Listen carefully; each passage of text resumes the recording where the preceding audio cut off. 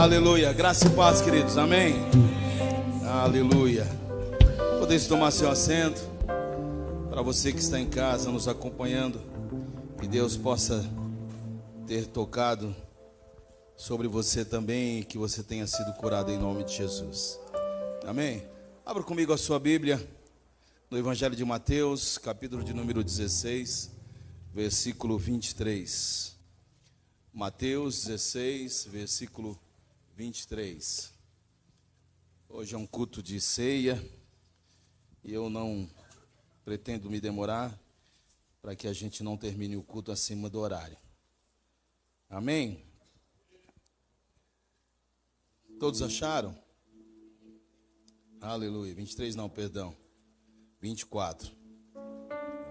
Mateus 16, 24. Então Jesus declarou aos seus discípulos: se alguém deseja seguir-me, negue-se a si mesmo, tome a sua cruz e siga-me ou me acompanhe. Pode fechar os seus olhos? Aleluia. Pai, nós rendemos a Ti toda a nossa gratidão, Pai, porque as nossas vidas estão nas Tuas mãos. Pai, como nós temos dito aqui, fale com a Tua igreja, fale conosco. Ministra, Senhor, aos nossos corações. Fala aquilo que precisamos ouvir, não o que desejamos ouvir. Mas que sejamos, ó Deus, transformados, impactados através da Tua palavra. É o que eu te peço em nome de Jesus. Amém.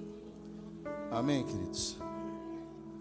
Amados, eu sei que nesses últimos dias, nesses últimos tempos, muito tem se falado de avivamento, tudo tem se falado daquilo que Deus está fazendo fora da nossa nação. E essa semana eu ouvi um comentário de um pastor que eu achei interessante. Ele falou: nós estamos vendo pessoas querendo sair do país para ir aonde está acontecendo o tal avivamento nos Estados Unidos, fazendo caravanas para poder estar presente naquele lugar. Mas essas mesmas pessoas não são frequentes nas suas escolas bíblicas, nos cultos das suas igrejas, né? E querem buscar um avivamento em outro lugar. O avivamento começa quando você começa a entender o seu papel no corpo de Cristo, na igreja do Senhor. Então o maior avivamento que Deus pode fazer na sua vida é aqui, é nesse momento. Amém? Não adianta você ir em busca de avivamento se a sua vida não tem transformação. Então nós precisamos entender que o Evangelho é um Evangelho que nos transforma, que nos muda. E a proposta do Senhor Jesus, né, nos momentos em que antecede o cumprimento do seu propósito terreno, é continuar ensinando os discípulos acerca do futuro, daquilo que nos espera. Então, quando a gente olha para aquilo que Jesus está falando, Ele está trazendo a cada um de nós, a mim e a você, a oportunidade de um grande avivamento. O que é um avivamento? O que é ser avivado? É passar a ter uma nova vida, uma nova perspectiva de vida. Uma vida não mais segundo o que você quer ou o que você pensa, mas segundo aquilo que Deus tem para você. Amém? Então quem está disposto a caminhar a mesma caminhada que o Senhor caminhou? Ninguém. Quem está disposto? Percebe, irmãos? A proposta de Jesus é uma só para os seus discípulos. Faltava uma semana para o cumprimento do seu propósito terreno. Jesus estava para ser crucificado. E aqueles momentos que antecederam essa semana, Jesus continuou ensinando. Então, quando Jesus percebe isso, Ele traz à tona e toma algumas decisões cruciais para o seu propósito na terra. E a última semana de Jesus foi uma semana extremamente difícil como ser humano. Quem aqui já não teve uma semana difícil? Levante a mão. Quem não teve? Fala assim: poxa, as minhas semanas, né, são difíceis. Todos nós tivemos uma semana difícil. Não tivemos? Mas o interessante é que Jesus, nessa última semana que antecede o seu ministério terreno, ele continua trazendo alguns ensinamentos para nós. E uma das coisas que nós aprendemos com essa última semana de Jesus é que as escolhas, elas sempre dependerão de nós. Escolher caminhar com o Senhor ou viver uma vida em Deus depende de nós. Jesus nunca nos colocou de forma impositiva. Não, você vai ter que me servir. Não. Ele diz, aquele que quiser. Então aquele que quiser viver o melhor de Deus, aquele que quiser viver a plenitude daquilo que Deus conquistou na cruz, aquele que quiser viver uma vida em Cristo, é sua escolha. Então às vezes, irmãos, a gente quer fazer com que as pessoas caminhem o mesmo caminho e não vão caminhar. Por quê? Porque não escolheram servir a Deus. Não adianta você servir a Deus sem verdade. Não adianta você adorar a Deus se não for em verdade. Não adianta você caminhar com Jesus se não for em verdade. Não adianta você fazer parte do corpo se não for em santidade. Sabe por quê? Porque a escolha é sua. Viver ou morrer vai depender de você. Viver uma vida em Deus ou sem Deus vai depender de você. Jesus nunca vai te obrigar a servir a Ele, mas Ele vai dizer a você: a hora chegou. Se você quiser vir, algumas coisas precisam ser repensadas. E a primeira coisa que eu aprendo com essa última semana de Jesus, quando você começa a olhar todo o contexto histórico, você vai ver que a primeira decisão que nós precisamos ter é realmente receber a Jesus como Senhor da nossa vida. Você observa que o tempo antes, Jesus entra, né? E ele é recebido em Jerusalém com todas as honras, montado num jumentinho 0 quilômetro, um X1 da época, né? O X6, uma BMW. Ele é recebido em honra, como rei, né? Com todas as honras, com todos os méritos que o Senhor realmente precisava. Então uma das coisas que nós precisamos aprender, irmãos, é que precisamos realmente, se quisermos seguir ao Senhor, é reconhecer que Ele é o nosso Senhor. Ele é Senhor das nossas vidas. Eu não posso mais caminhar segundo o meu querer, mas segundo a vontade de Deus. Se eu não entender isso, irmãos, eu não estou seguindo a Cristo.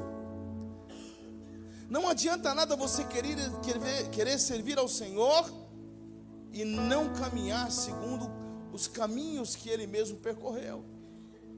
Confessar com os seus lábios que Ele é Senhor da sua vida, reconhecer com as suas ações que você verdadeiramente é um lavado, um remido com o sangue do Cordeiro, que a sua vida não pertence mais a você, mas pertence a Ele. Decidir receber Jesus como seu Senhor e Salvador, isso aconteceu no domingo antes da sua morte. E a segunda coisa que Jesus ensina com o seu ministério é que na segunda-feira ele vai ao templo e ali ele expulsa os mercadores, né? O pastor Ala pregou isso há um tempo atrás a respeito disso, dizendo por que a razão dessa comercialização, por que as coisas ganharam grandes proporções, né? Por força dos sacrifícios que eram feitos todas as vezes que eles iam até o templo. Então, para facilitar, porque nós gostamos de facilitar todas as coisas, ninguém quer ter trabalho. Então você ia sem nada e chegava ali e comprava os animais para o sacrifício. E isso começou a criar um grande comércio. Mas isso já não existia antes? Sim, existia antes. Por que Jesus chegou naquele momento e tomou essa decisão? Porque Ele nos ensina o seguinte, querido, que quando você recebe a Cristo como o Senhor e Salvador da sua vida, a primeira coisa que você tem que fazer é romper com as coisas erradas. Sim ou não? Então a primeira vez que Jesus, quando você recebe o Senhor como seu Salvador, a primeira coisa que Ele vem é romper com as coisas erradas. Não é porque estavam fazendo, não é certo, para de fazer, deixa de fazer. Sim ou não? Romper, tomar decisões que verdadeiramente está errada, contrário à direção da casa do Senhor, daquilo que Deus quer. Então, por muitas vezes, nós observamos pessoas que aceitam Jesus, mas não querem romper com as coisas erradas.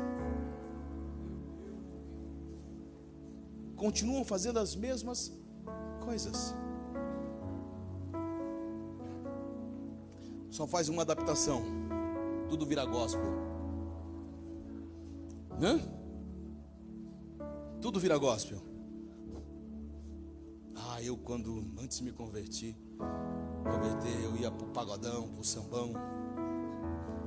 E agora é pagode gospel, escola de samba gospel. Tudo vira gospel. Só para mascarar algo que você não quer mudar. Sabe, continua com as mesmas práticas. Então quando Jesus olha para isso, Ele fala assim, olha, é hora de romper.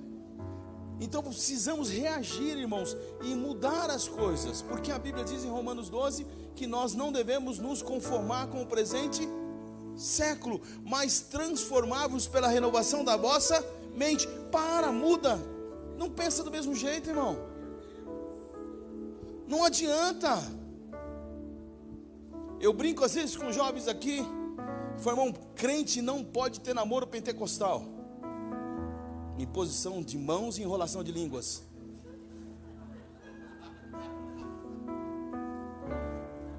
Não pode, meu.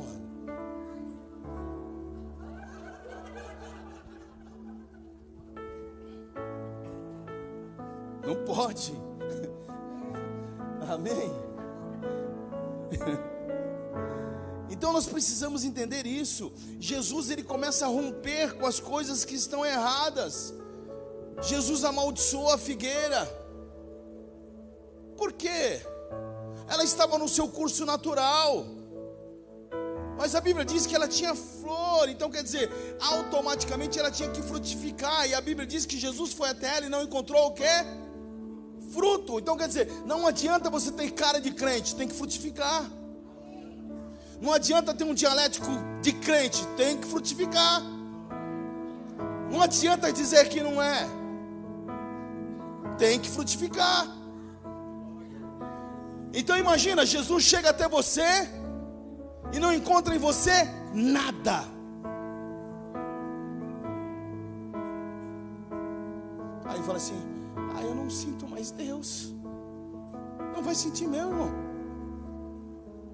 Tem que mudar, tem que romper, tem que expulsar, tirar de lado todas as coisas que não provêm do Senhor, as práticas erradas, as coisas erradas, porque vão impedir você de viver na presença de Deus. Porque é impressionante, irmãos, não precisa falar. A Bíblia diz que os olhos são o espelho da alma. Então o crente que está na prática errada, ele se denuncia. Ele se denuncia. Quando chega na igreja, assim, ixi, o pastor está vindo aí.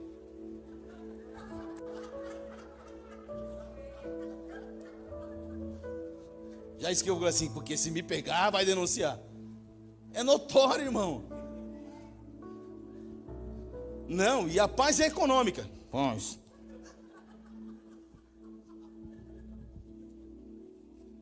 Fica longe, sabe? Então o que acontece? Precisamos entender que precisamos romper com as coisas erradas. É por isso que Jesus está ensinando que na segunda-feira ele chega e fala assim, olha, acabou, chega, não dá mais.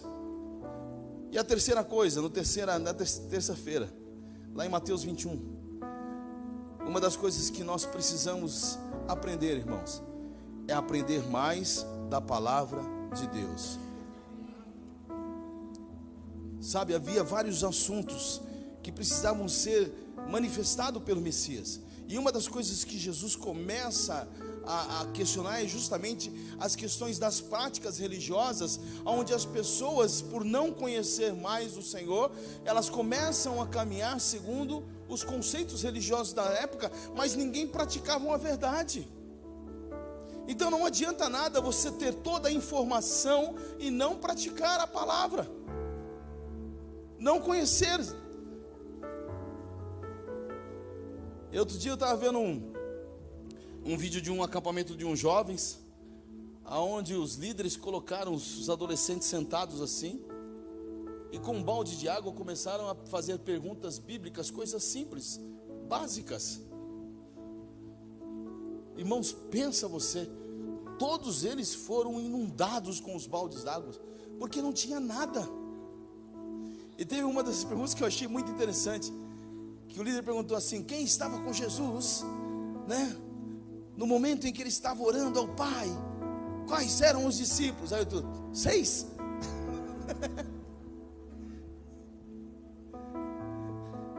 Então, irmãos, às vezes nós somos levados por esses erros, porque não conhecemos a Deus, nem a palavra de Deus, nem o poder de Deus. A nossa relação com Deus é muito raso. Se nós não temos intimidade com Deus, como é que nós vamos conhecer a Deus? Então uma das coisas que nós precisamos é receber a Cristo, deixar as coisas erradas e começar a caminhar com Ele e conhecer Ele. Amém? Porque se você não conhecer a Deus, irmãos, você jamais será alimentado por Ele, você jamais vai ser nutrido por Ele. Eu vi um grande pregador dizendo que quando ele começou a sua caminhada, ele chegou para um homem de Deus e falou assim: o que eu preciso para ter mais intimidade com Deus? Eu quero ter tanta intimidade com Deus. Ele perguntou assim: você tem tempo de oração? Você medita na palavra? Não, isso eu não faço não. Eu falei, então, como é que você vai conhecer a Deus e ter intimidade com Deus se você não ora e se você não medita na palavra? Então qual é o crente que vai ter realmente intimidade com Deus e saber os princípios de Deus se não ora e se não medita na palavra? Vai ficar sentado no banco de igreja sendo alimentado pelos cultos de domingo e de quarta-feira? Isso quando vem. Porque tem uns crentes aí que faz rodízio. Acho que tem uma placa celestial: dia sim, dia não. Ele não pode vir porque está em rodízio.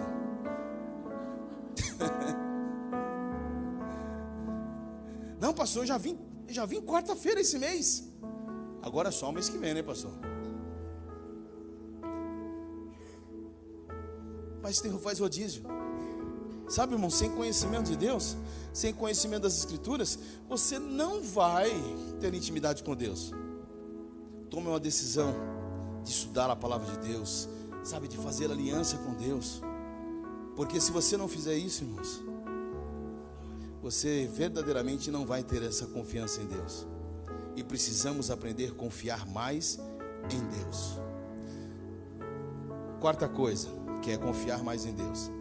Na quarta-feira, Jesus, ele continua dedicando os seus ensinos. E a Bíblia diz que uma certa mulher entrou na casa e ungiu os seus pés, né, preparando ele para aquilo que ele ia cumprir. Mas em contrapartida existia um outro plano acontecendo, que era o plano da traição. Jesus seria traído.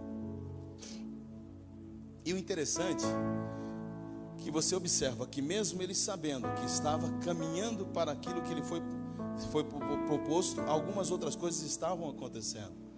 E uma das coisas que nós temos grande dificuldade, eu digo nós porque eu também me enquadro nisso, é de aprender a assimilar a traição, a ingratidão.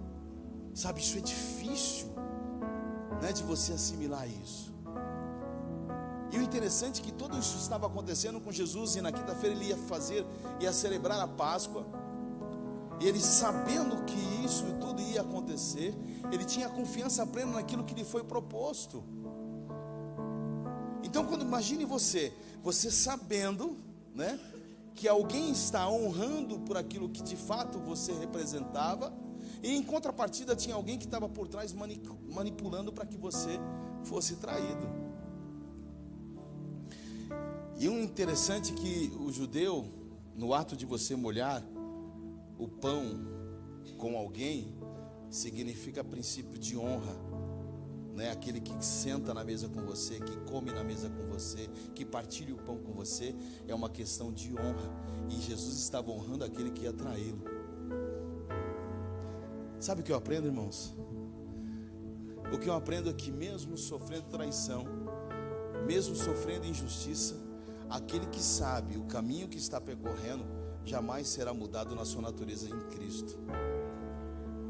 Então, por mais que as pessoas possam te trair, ela não vai mudar aquilo que você carrega. Sabe?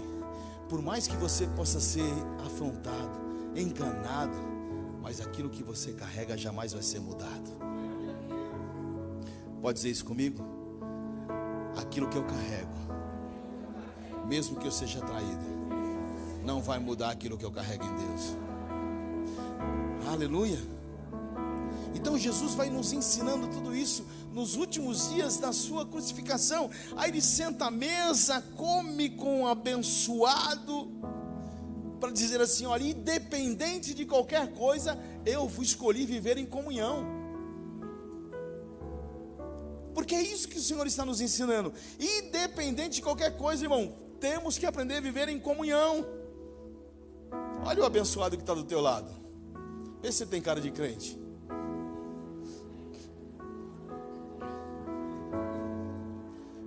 Vê se ele tem cara de crente.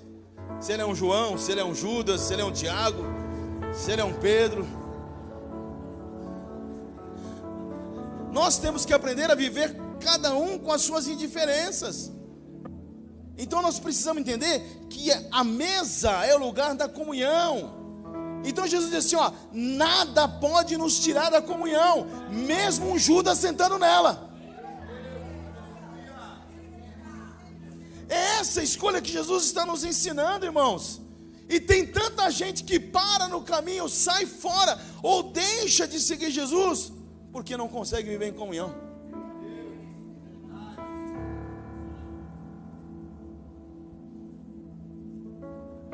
Eu partilhei um vídeo com louvor hoje, que mexeu comigo.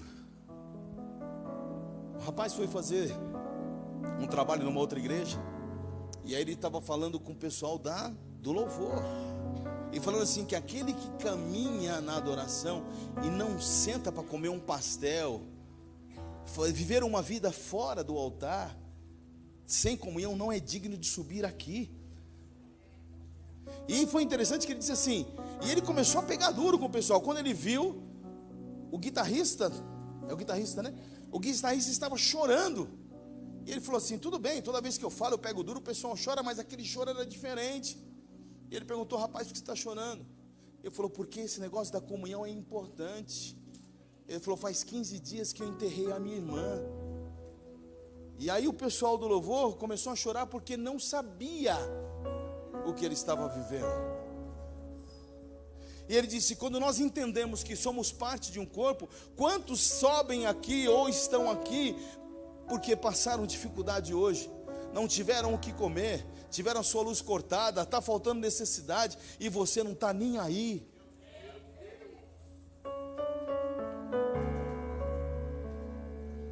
É isso que Jesus está nos ensinando. Irmão, a comunhão é a coisa mais importante, e nós não podemos abrir mão disso. Jesus sabia que quem estava na mesa era um traidor, e mesmo assim não tirou ele da mesa, não tirou ele do meio. Amém? Aleluia. Deixa eu acelerar aqui. Na sexta-feira, Jesus toma a decisão de viver em comunhão, e ele é levado, e é o cumprimento daquilo que a palavra de Deus diz. Jesus escolhe morrer para o mundo. E uma das maiores dificuldades que a gente tem, irmãos, é verdadeiramente deixar o mundo. Porque o que nos prende no mundo?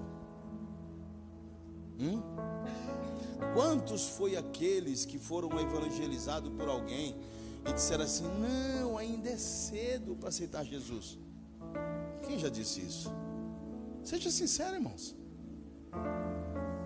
Sabe? É como se, meu Deus, quando eu for velho, eu posso aceitar Jesus. Porque deixar o mundo não é fácil, principalmente quem nasceu nele, né? Aí você fala assim, aceita Jesus. Falou, o que eu tenho que fazer? Você tem que deixar a vida que você está levando para começar uma nova vida em Deus. Que vida é essa? Longe do pecado, da mesa dos escarnecedores, da orgia, da bebida. Ah, pelo amor de Deus, quem é que consegue viver sem isso? Porque tem dificuldade de deixar. E quando você deixa, você parece que sofre um abandono coletivo. Todo mundo te deixa, né? Mas tem que deixar. Precisa deixar. Porque nós precisamos morrer para o mundo e viver para Cristo. Amém? Pegar a sua cruz, é que Jesus disse, aquele que quiser vir após mim, negue-se a si mesmo, deixa todas as coisas, pega a sua cruz.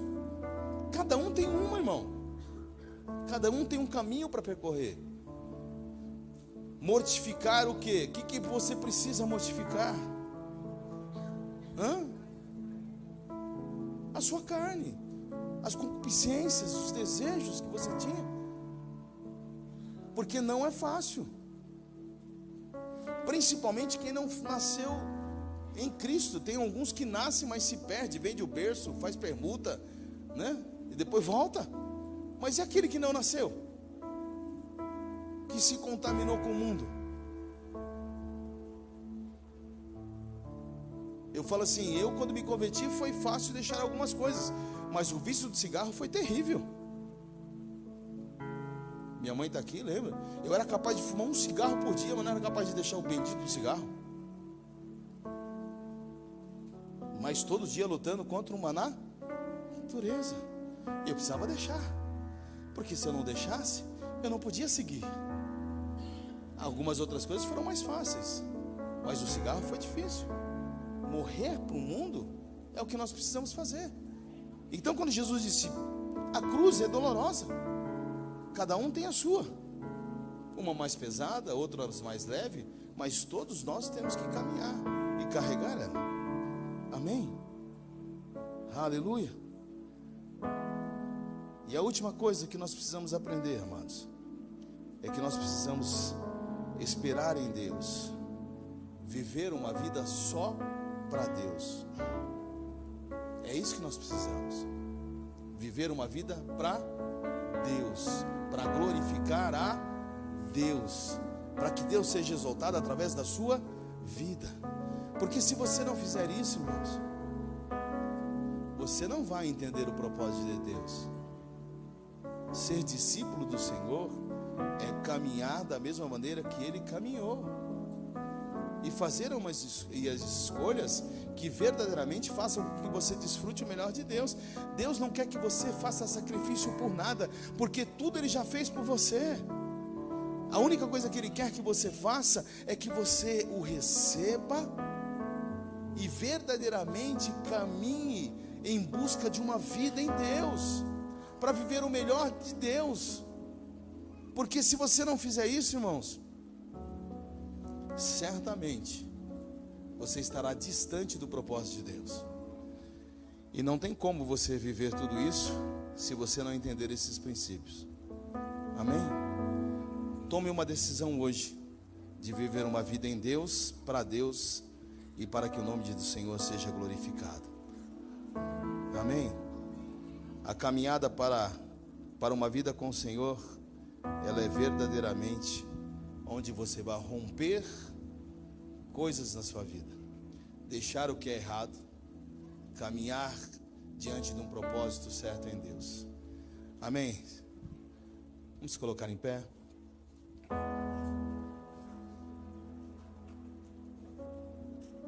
Falar, ai pastor, eu queria uma palavra melhor hoje. Eu também queria.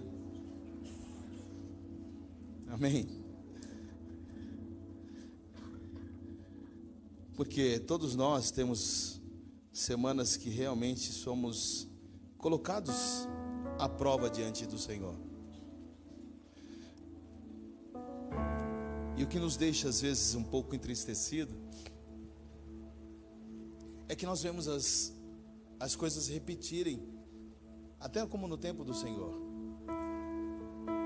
A pastora um certo dia trouxe uma mensagem aqui dizendo: quem você é? Discípulo ou multidão? Porque a multidão vem pelo barulho, a multidão vem pelos milagres, a multidão vem pelos acontecimentos, mas os discípulos não. Os discípulos vêm para serem ensinados, para dar continuidade àquilo que o Senhor Jesus Cristo estabeleceu na terra. Uma das coisas que nós precisamos entender é quando Jesus disse que uns plantam, outros regam e outros erram aqui.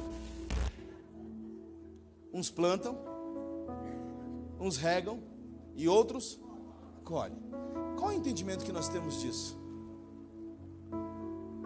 O que Jesus está dizendo que é assim, um vem e começa a obra, aí vem outro e melhora o que começou, e aí vem outro e desfruta daquilo que começou. Então, um dia, alguém começou uma obra na minha vida, ministrando, me ensinando, tendo paciência comigo, porque, irmão, não foi fácil, foi difícil. Eu falo, se eu fosse evangelizado por mim, eu já tinha desistido de mim, porque não foi fácil. Foram 8 anos, até um dia que a pessoa disse assim, chega, eu cansei. Aí veio o outro e continuou regando, até que começou a frutificar. Aí veio o outro e abraçou. E hoje estão colhendo. Então é isso que Jesus está dizendo. Quem quer vir após mim? Negue-se, toma a sua cruz e siga-me. Aleluia. E aí ele estabeleceu isso aonde? Na mesa. Todos os discípulos sentaram à mesa.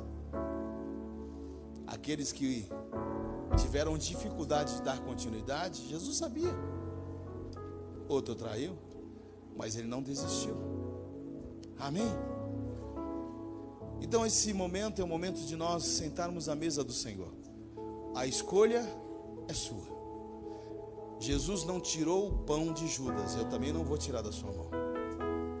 A escolha de você caminhar é sua. Se você tem pisado na bola, não se acha digno de sentar à mesa, Paulo, ele deu essa oportunidade para que você reflita, ensinando a igreja, porque o desejo do Senhor é que todos participem da mesa, que ninguém fique fora. Porque se você não participar da mesa, o que você está dizendo no mundo espiritual? Que você não tem parte com o que o Senhor Jesus fez por sua vida. Mas Paulo também traz outro entendimento.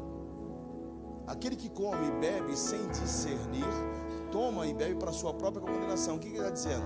Aquele que come e bebe sem dar o devido valor, esse está trazendo para si condenação. Mas aquele que pode entender hoje, se arrepender, examinar, aí Paulo diz, depois de ter feito isso, beba e coma. Amém? Então nós vamos dar a você a oportunidade de dobrar o seu joelho se puder.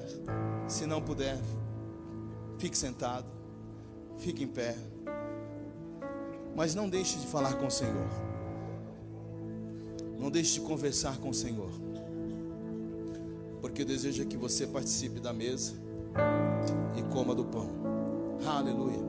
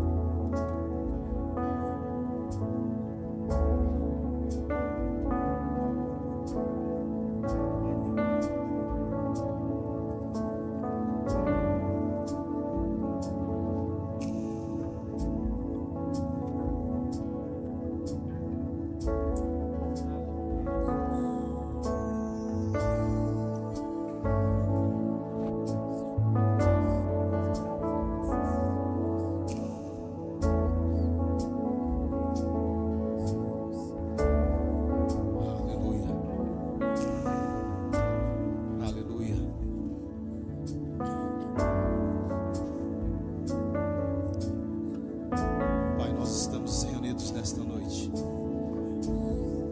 para sentar à mesa do Senhor e trazer à memória, Pai, o seu sacrifício pascual, onde nós entendemos o teu sacrifício, aonde o Senhor morreu a nossa morte, para que possamos viver a sua vida. O Senhor purificou o nosso sangue de toda condenação e nos fez livre, Pai. E o Senhor nos atraiu e nos trouxe para esse tempo de comunhão, onde nos alimentar do teu corpo e beber do teu sangue, Senhor, traz um renovo em nossas vidas. E que a partir desta noite, Pai, o Senhor nos tornou dignos de comer do seu pão e beber do teu sangue. Aleluia. Nós lhe damos graças, porque o Senhor é o pão vivo que desceu do céu. Pai, em nome de Jesus, Senhor, nós apresentamos diante do teu altar esse pão que representa o seu corpo que foi moído na cruz do Calvário, corpo que foi rejeitado, pisoteado, cuspido. Senhor, o castigo que estava sobre ti, Senhor, ele nos traz a paz. Pai, muito obrigado, porque o Senhor fez o sacrifício perfeito, o sacrifício vicário, ao qual o Senhor se entregou por nós. Pai, nós lhe damos graças porque hoje nós obedecemos a tua palavra e celebramos para relembrar o teu sacrifício, Pai. Abençoa, Senhor Deus, este dia e que todos possam participar, Senhor, e celebrar a vida. Em nome de Jesus, nós apresentamos diante do teu altar este pão, Senhor, e que a tua glória, o teu poder esteja sobre as nossas vidas, e que esse pão, ao tocar os nossos lábios, Senhor, venha trazer todos os benefícios da cruz do Calvário, a cura, a libertação, a salvação, tudo aquilo que Jesus conquistou por nós, em nome de Jesus. Amém, Senhor. Meu Pai querido e Pai amado, da mesma forma, Senhor, nós queremos apresentar no teu altar este cálice, Pai, que simboliza, Pai, o teu sangue vertido ali na cruz, Pai, através desse suco, Pai. Oh, Pai querido, sangue esse, Pai, que fez, Senhor, meu Deus, meu Pai, romper o véu de cima a baixo, Pai, para que pudéssemos entrar no teu santuário, Pai, para te agradecer e te dar graças, Pai, porque o véu se rompeu e nós podemos se achegar ao trono da graça, Senhor. Oh, Pai, abençoa esse cálice para que venha trazer vida e vida em abundância, em nome de Jesus. Aleluia. Podem servir.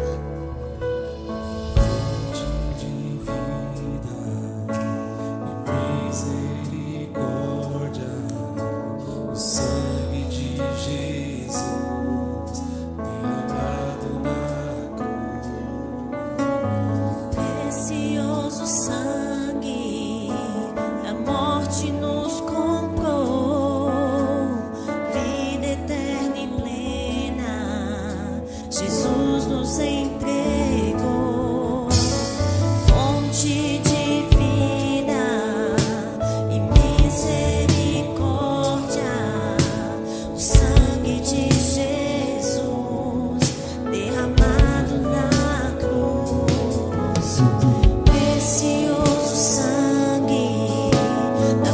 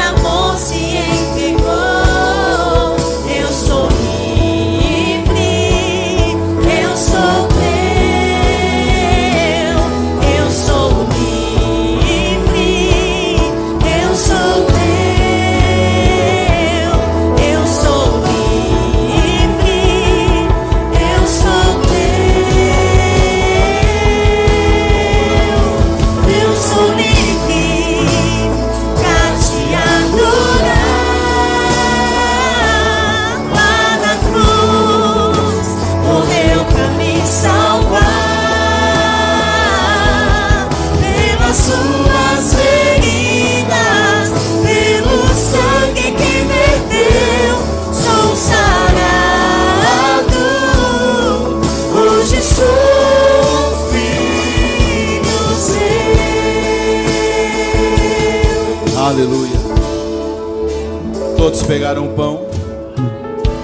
Tem alguém que ficou sem? Aleluia. Paulo, escrevendo a sua carta aos Coríntios, ensinando a igreja, ele disse: na noite em que o Senhor Jesus foi traído, ele tomou o cálice, ele tomou o pão e, tendo graças, disse: esse é o meu corpo. Corpo este que é partido por vós. Pai, muito obrigado. Obrigado, Senhor, porque o Senhor levou sobre si toda a nossa condenação. O Senhor levou sobre si, Pai, todo o preço do nosso pecado. E o Senhor partiu, nos dando dois ensinamentos: que o mesmo que levava a condenação é o mesmo que nos alimenta. E o Senhor nos convidou para sentar à tua mesa, não por aquilo que éramos e nem por aquilo que somos, mas por aquilo que nós nos transformamos no Senhor. E hoje, Pai, nós sentamos à tua mesa, somos curados pela mesa, somos sarados pela mesa, Pai, onde nós temos comunhão com o Senhor, onde nós nos alimentamos do Senhor. E o Senhor é a nossa fonte de alimento. Obrigado, Pai, por nos tornar dignos de assentar à tua mesa, sem culpa, sem condenação, mas em santidade em ti, Pai.